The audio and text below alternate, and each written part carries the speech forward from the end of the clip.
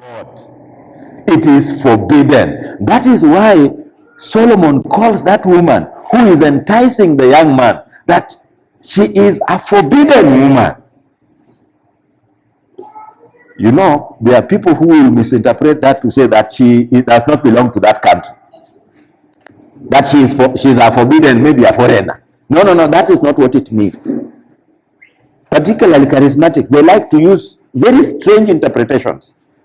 They could even say that this lady was not belonging to that country. That is only, she was forbidden in that manner.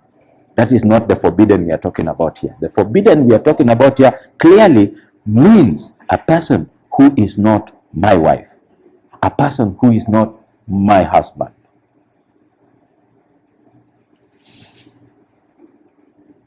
We saw that in Proverbs 2:16. Actually, in Proverbs 2:17, she was also described as a woman who has forsaken the companion of her youth. All right? She has, this particular one had a husband, but she has forsaken her and forgets the covenant of her God. She vowed to marry this husband. She vowed to marry her husband, but she is now committing adultery. So we'll find these similar warnings again as we go to chapter 6, chapter 7, we will find them. And the reason why that is happening, why there is repetition, as we have always told you here, I know I have told you this, I know Pastor has told you this, whenever you see the Bible repeat itself over and over again in a matter, it basically is a sign of the seriousness of that matter, of the seriousness of what is being discussed. And so the Bible will go, as it were, an extra mile to remind us over and over again that, look, this is a deadly sin. This is bad. Don't do this. Don't do this. So if you find that we have looked at it in chapter 2, like I've said, 16 and 17, and you find us now narrowing down to it here in chapter 5, and we will deal with a bit of it in chapter 6 and 7, it is because it was a serious problem in Solomon's day, and certainly it is a serious problem in our day. We also are struggling in our day. Now, with that introduction behind us, let us look now at what I call the promise of adultery. What adultery promises. Sindio? Because sin always promises something, isn't it? Even stealing. What does stealing promise? Eh? Satisfaction. And what else does stealing promise? Well, isn't it? Good times, eh? Isn't it? Yeah, so let us look one at the promise, if you are taking note, the promise of adultery. Even adultery promises something to us. That is why we embrace it.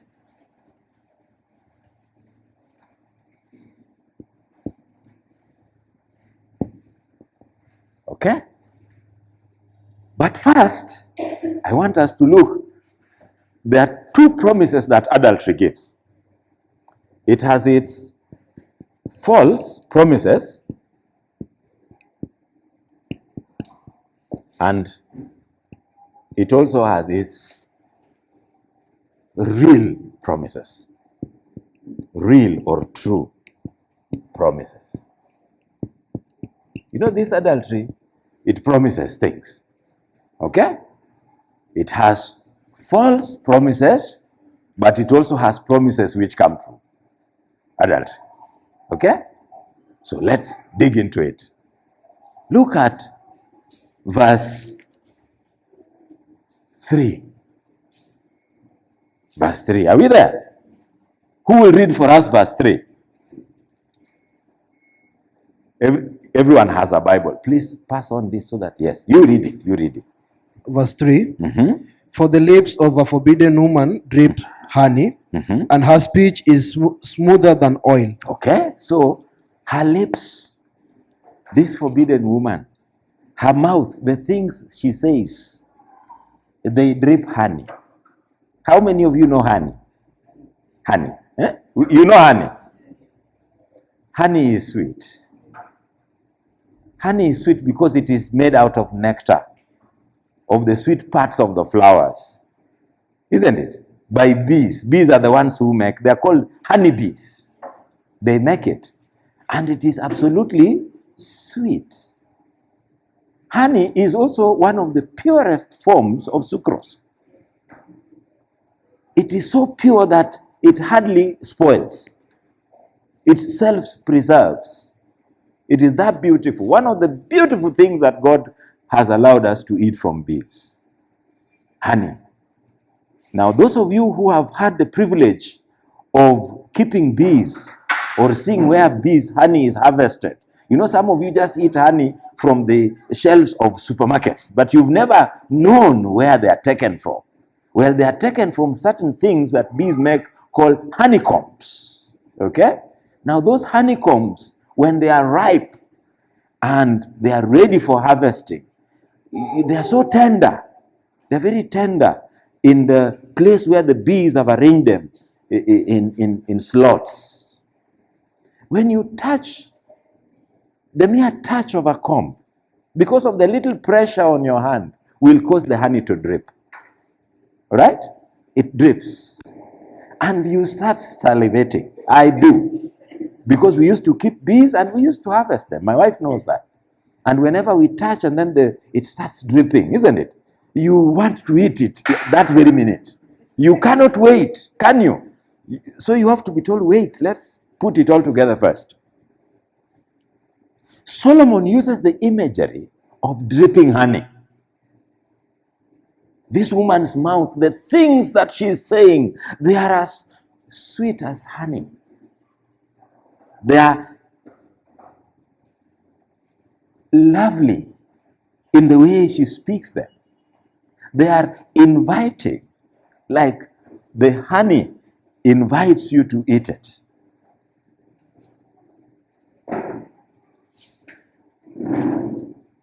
Honey is sweet. But what about oil? Oil is pleasant, isn't it? Oil is also pleasant. When you take a bath and you parara, how do you want to look nice? You put some oil on your face, don't you? So that your face is smooth and your skin is supple and soft. Oil is good. Oil is smooth. Oil is to be desired, isn't it? It's very smooth and slippery, isn't it? Solomon uses the imagery of honey and oil to show us the way, the sound of this woman who is calling this young man to engage in adultery, how it sounds. It is poetic language. It is poetic, right? It is enticing when the woman calls this man, this immoral woman. So basically, the honey and the oil represent the enticement. You understand? The enticements, the temptations to immorality. In other words, the urgings toward adultery do not come like instructions to do an exam. They don't come like that. It is not the way most of you have been students before. It is not the way you are instructed to do an exam. Answer question 1, 2, and 3. You know, that is very rough, isn't it? It's intimidating. You don't even want to answer those questions, do you? You want somehow to pass without doing the exams. But the enticement to adultery does not come like that. It comes hidden in beautiful words. Words that are as sweet as honey and are as smooth as oil. You know, such enticements would involve such things as flattery, won't they?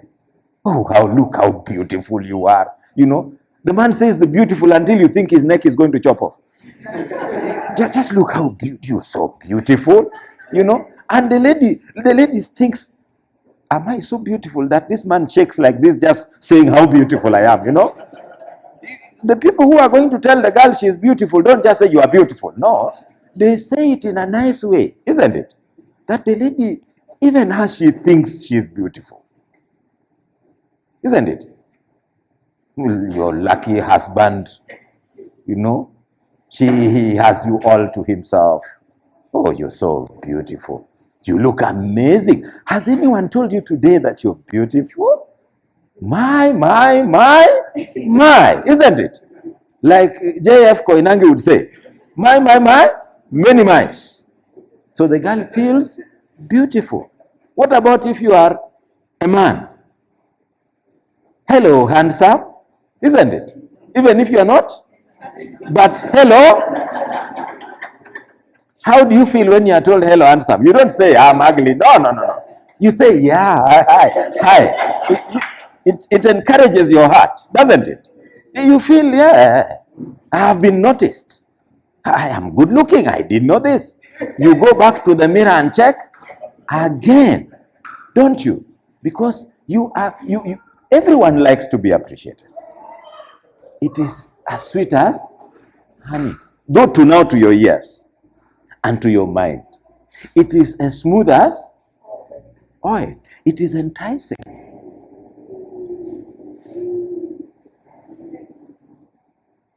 But the forbidden fruit is also always tempting, isn't it?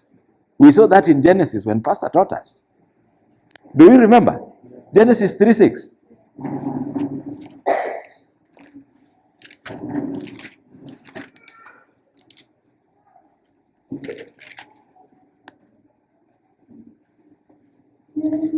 I'll read it quickly.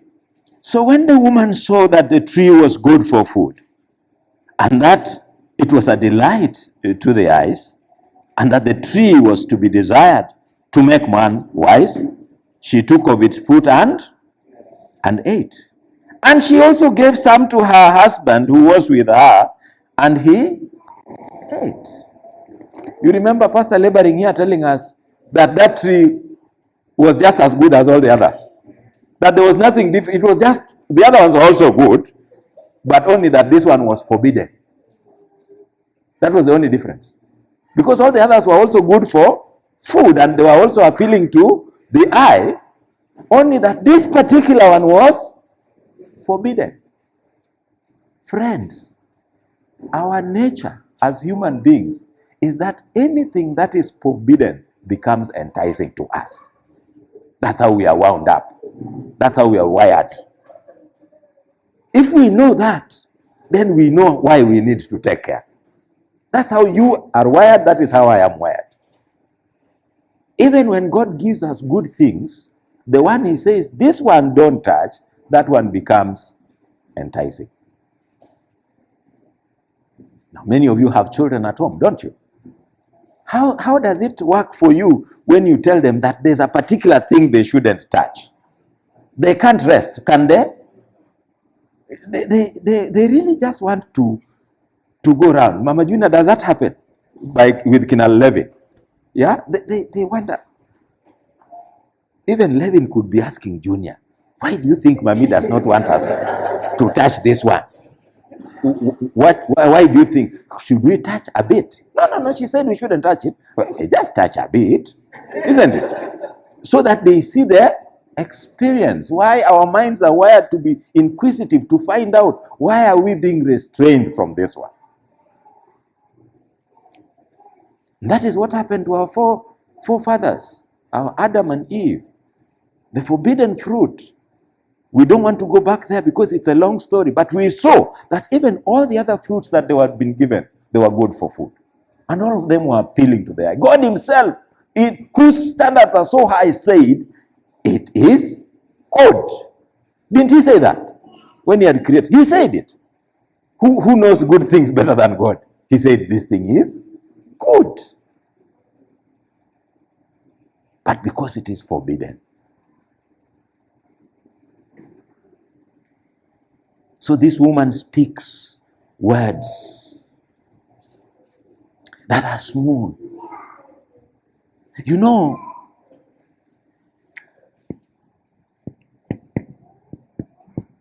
You know something called lyrics. Okay? She has practiced how to do it. She has practiced how to do it. She knows what to say when, so that she will catch the heart of the young man. All right? Nowadays, I hear young people call them pick-up lines. Mistari. Pick-up lines, mistari. They know just what to say, then you get into, isn't it? Umeingiza box. So the lady just knows what to tell the young man, and the young man gets inside the box. Because we are still talking about a lady here. Now, as we talk about this thing, don't think that men are exempted. Men also are notorious for having many lyrics, pick-up lines, mysteries, and putting young girls into boxes. All right? Same sin of adultery, manifesting itself in various genders.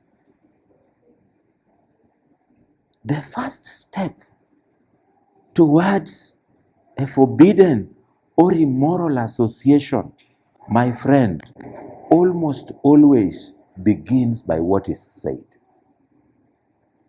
Almost always, it will begin by what is said. What is communicated. It may not be communicated with the mouth. It could be communicated by a wink. So that as I pass next to Mama CJ, I give a knowing wink and a knowing nod. Because her husband is near her. So I don't want the husband to see. I just give her a nod. And she nods back. And the deal is done. It is always something communicated. It starts with a communication. It starts with a communication. It could be, we are in a WhatsApp group, isn't it? So that our numbers are exposed. And you say, there's this girl in church. Let me pick her number here and send her a message. Hi. Hi out of nowhere. Hi. Hi. Hi. Then, hi back. Hi again. Hi. The other one. Hi. It reaches a point when the other one says, okay, what did you want to tell me? I wanted to tell you that you really look nice. You're handsome. It starts like that. Always with something spoken, communicated. It could be a gesture, isn't it? It could be a gesture. There is this man in your office who is always offering to buy you lunch. You have not told him you are hungry, but at lunchtime, hi, would you like, let me buy you lunch. You go and have lunch. 1,000 bob. Next week, oh, you look, your friends were doing their nails. Here, 2,000 shillings. Go and do your nails. Oh, before you know it, it's tea time. You're drinking tea in the office without snacks. Here is 3,000 shillings. Go, even you know that snacks are not worth 3,000. Isn't it?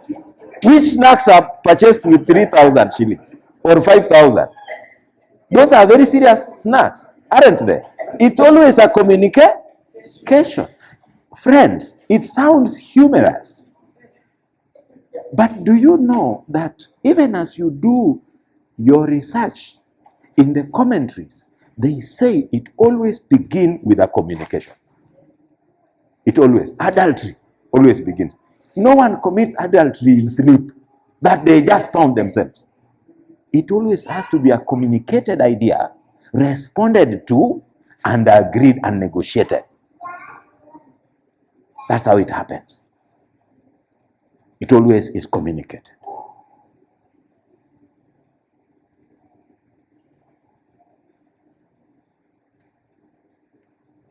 That is the first step.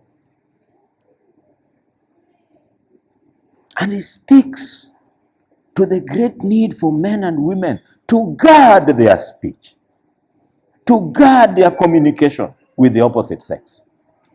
We must guard how we communicate, isn't it?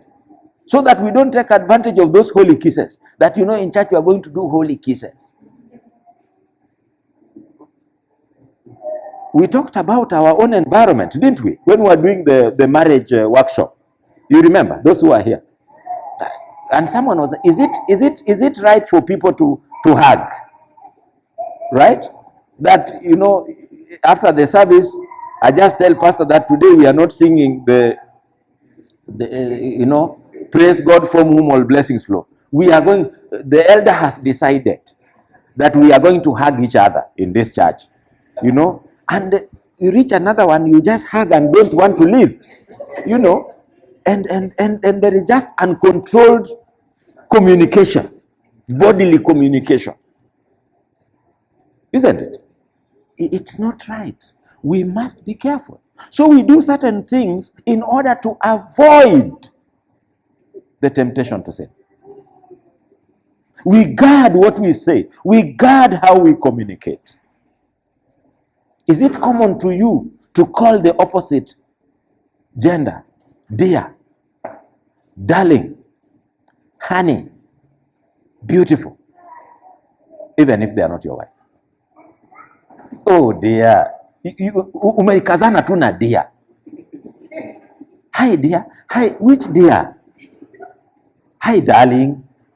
Hi darling. Oh, you look good. Oh, hi darling. You're always darlinging girls and darlinging people's wives and darlinging people's husbands. You want to start using nicknames on people's husbands that you can't even use on your own husband. Huh? You want to call people's husband with pet names that you cannot even use on your own. You haven't found it fit to call your husband a pet name, but you're calling another woman's husband a pet name. You don't call them by their name, you give them a pet name. It's always a communication.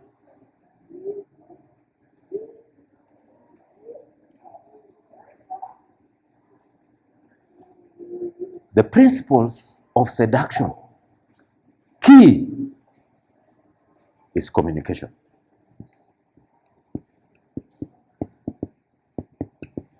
This plays a great deal in the matter of seduction.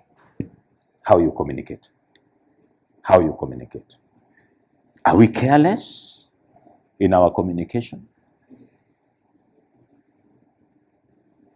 In Solomon's days, some women had this ability to allure men with the sweetness of honey and the pleasantness of oil, just by how they spoke. Just by how they spoke. They were operating obviously outside the covenant of marriage, isn't it? The ability to do this for their own advantage. For their own advantage. Not the advantage. And like for this young man who is being told these sweet things about him being very handsome and very nice looking, that he has a beautiful hairstyle, he's always being told that his clothes are good. The promise which is having is a promise of enjoyment, isn't it? What other thing is he being promised? Yeah? What other things does seduction and promise, apart from enjoyment?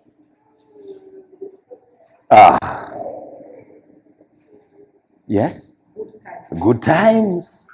Let's write them here. Me, I want us to go together.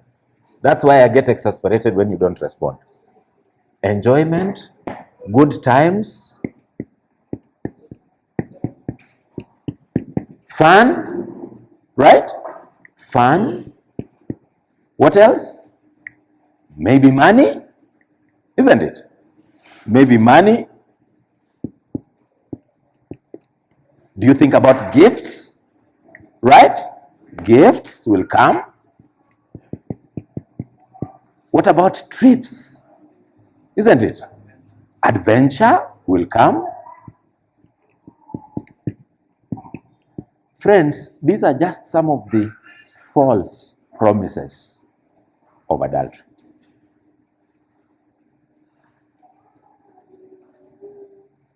These are some of the promises. There are many, but these are just some of them.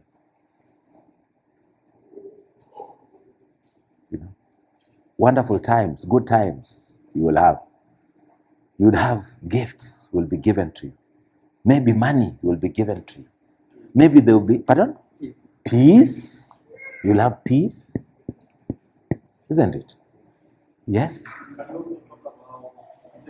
Attention. You'll get attention. And that is very key, Steve. We will meet it ahead. Attention. Okay? There's this lady who is giving me more attention than my wife. Or this man who gives me more attention than my husband. You know?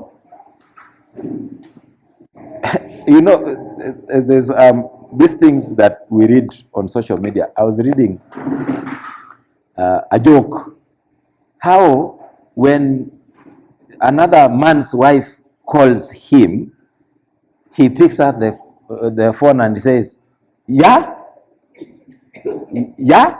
You know, the Elizabeth calls me and the phone rings and I don't even say hello. I say, yeah? What do you want? All right? And so she's supposed to say what she wants.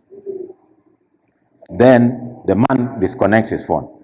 The very, very minute, another lady calls him. Now, this is the lady who is oil and honey.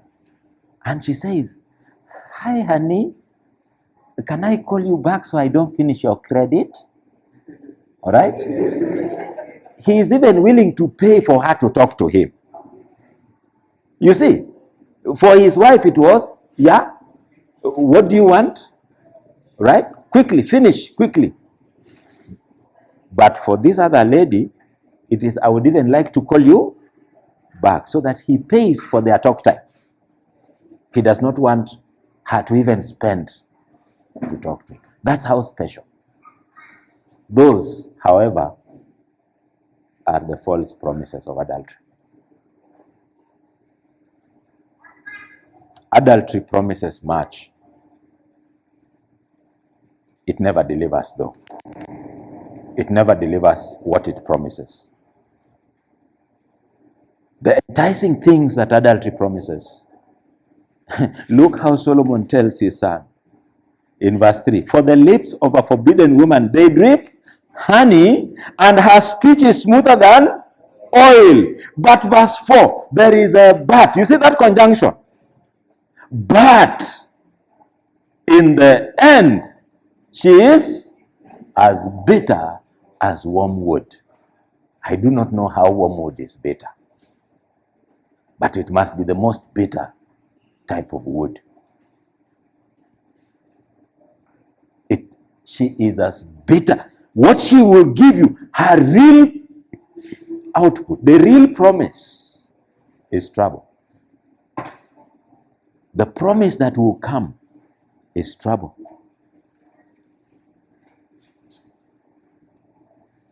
Honey is sweet, but wormwood is bitter.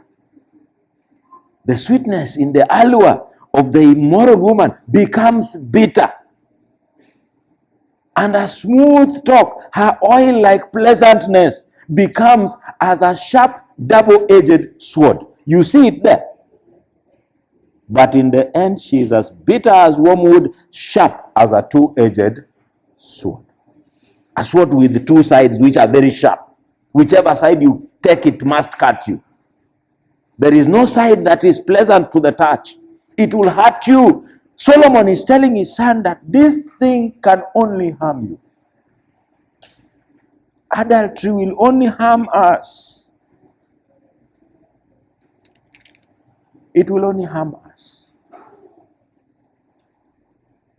You know, the imagery he starts using when he starts talking of the real output of adultery, the true promises, the things that adultery will now give, which it didn't even, as it were, promise. They are deadly things. Look at them. They are there in verse 5 also. Her feet lead to where? To death. Her steps follow the path that is followed when people are going to hell. What can be more deadly? That this lady's feet, the path she will put you on, is the path that those who are going to hell walk on.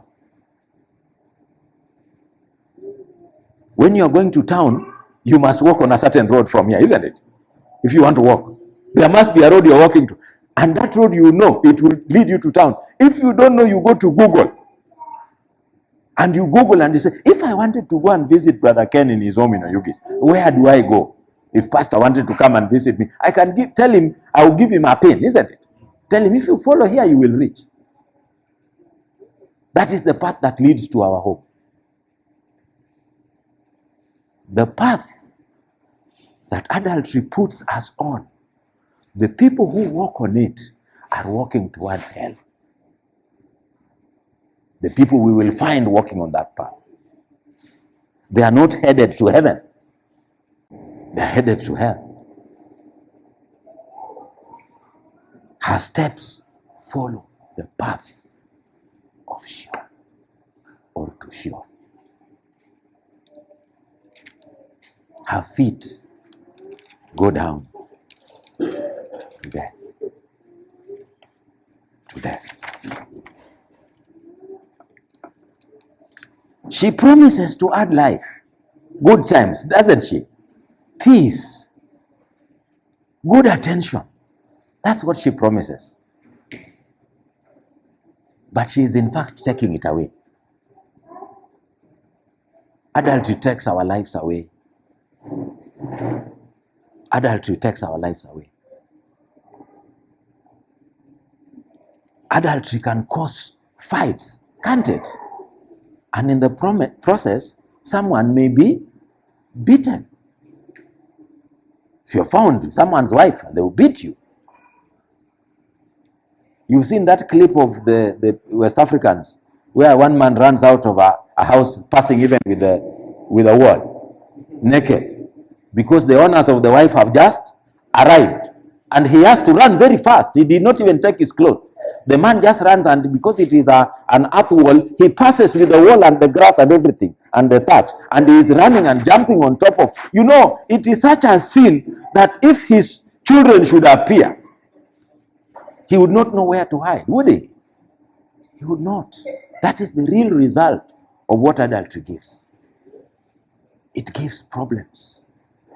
The peace that it promised, the enjoyment, the fun, the good times is not there. The way of adultery is unstable. It is a way of instability. It is unknowable. You don't even know what will happen. You don't even know. You cannot have the same comfort as you would have with your husband. Isn't it? You cannot have the same comfort and assurance as you would have if you were engaging your own wife.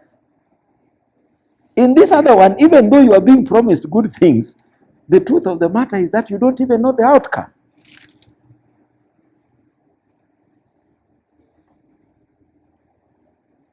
The adulteress does not ponder the path of life. She has no regard to what this will lead to. You understand? And she causes you also, the man who is doing this, also not to ponder. She smothers you so that you have no time to think. You smother her and she has no time to think. It leads to death. And she doesn't even know it. Why do you think she doesn't know it? Well, she's not a believer. She doesn't believe. She's not aware of the warnings of God against adultery. Or if she is a believer, she closes her mind to it intentionally. That is why when we began, I said these things just don't happen. You have to reason it in your mind. Close your mind to the commands of God and say, I'll do it anyway. Even if you are a man, I'll do it. I'll do it. This is my chance.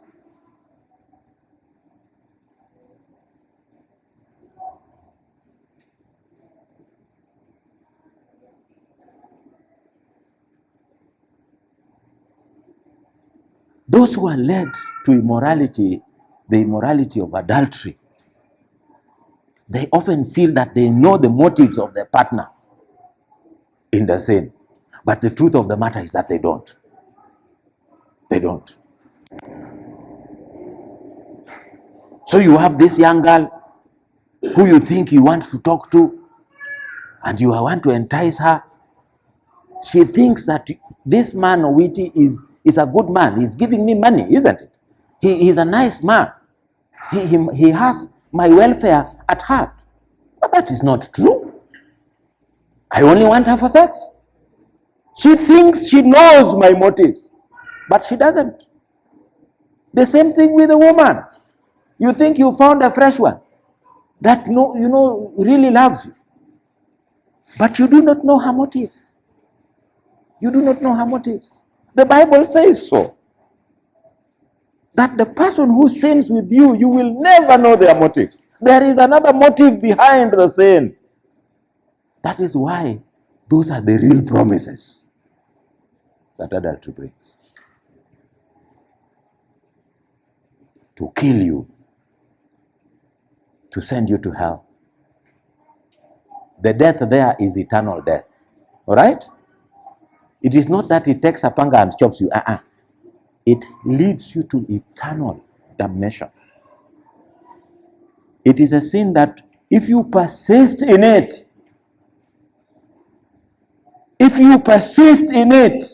it will lead you to eternal damnation. That is why the Bible says that her steps follow the path to Sheol. That is the meaning of it. Her feet go down to death. That is the meaning of that word. If you persist in it, if you do not repent out of it, it will take you to hell. Why? God is holy. God is holy. And without holiness, no one will see God. The Bible says that, doesn't it? No one will see him. He will not allow himself to be perceived, to be seen, to associate with those who are not holy. He will not. He has said it in his word, and his promises are true. That is why the sin of adultery, if we persist in it, it will lead my feet to death. That's where I will end up if I persist in it. That is where you will end up if you persist in it.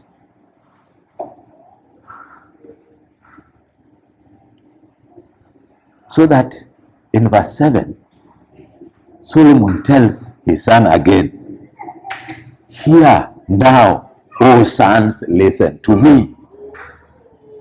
This is serious. Are we together? That is why there is that interlude of Solomon telling his son to pay attention. This thing is deadly. We sense the serious nature of Solomon's appeal, don't we? Perhaps he understood how adultery brought disaster to his own father, King David. Isn't it? He may have known, because that was his father. He may have known how the adultery episode between King David and Bathsheba brought problems into the kingdom. He may have known this. And hence his plea that this thing is bad.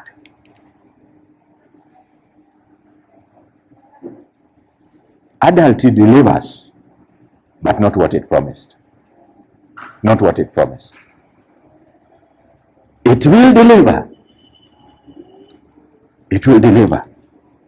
Maybe a short span of enjoyment of 30 minutes or 20 or 30 or 50 or 15. Then follows the regrets. Why did I do it? What have I done? Why am I even here in the first place? We will see as we go ahead in this study. Our next topic will be the price of adultery. Today we're doing the promise. we will be doing the price of adultery.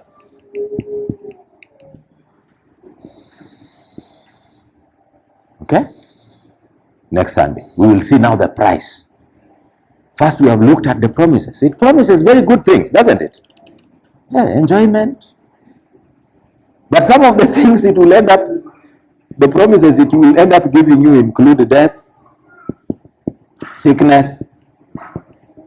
We will see the price that you have to pay for adultery when we come back. That's why I didn't go to these ones, like sicknesses and what. Because they are part of the things you pay for. Because you have to pay for it, isn't it? You have to pay. Hakuna cha bure.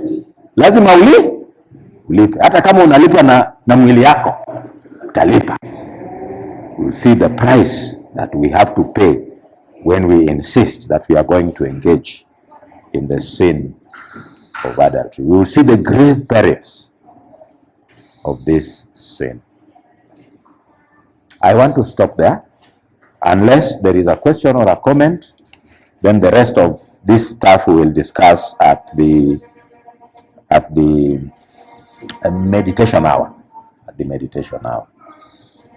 Any comments or any questions for me to clarify as between verses 1 through to 7 of chapter 5? Anything around there? Between verse 1 through to 7. Any questions or comments?